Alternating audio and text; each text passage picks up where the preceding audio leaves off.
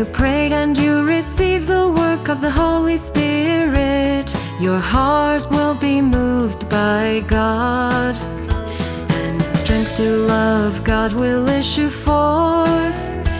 If you do not pray with your heart, if you do not open your heart to fellowship with God, then God will have no way of working in you.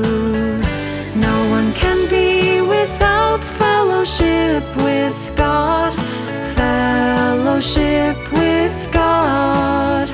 Without prayer you live in the flesh, you live in the flesh. You live in bondage to Satan, in bondage to Satan. Without true prayer you live under the influence of darkness.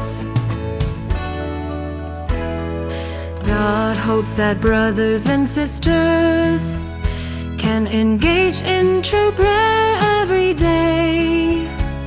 This is not about following the rules, but about achieving a certain result.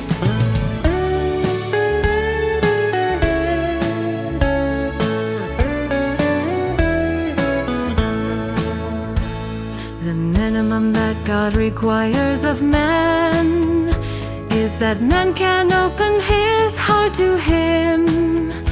If man gives his true heart to God and speaks what is truly in his heart, then God is willing to work in him. What God desires is not the crooked heart of man, but a pure and honest heart. If man does not speak from his heart to God, then God won't move his heart or work in him. If man does not speak from his heart to God, then God won't move his heart or work in him.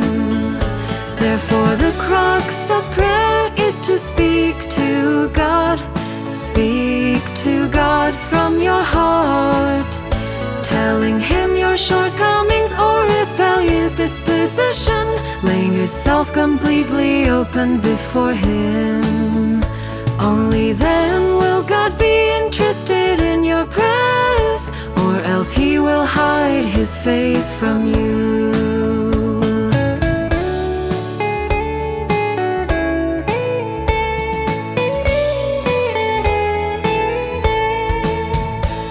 The minimum criterion for prayer is that you must be able to keep your heart quiet before God, quiet before God, and it must not depart from God.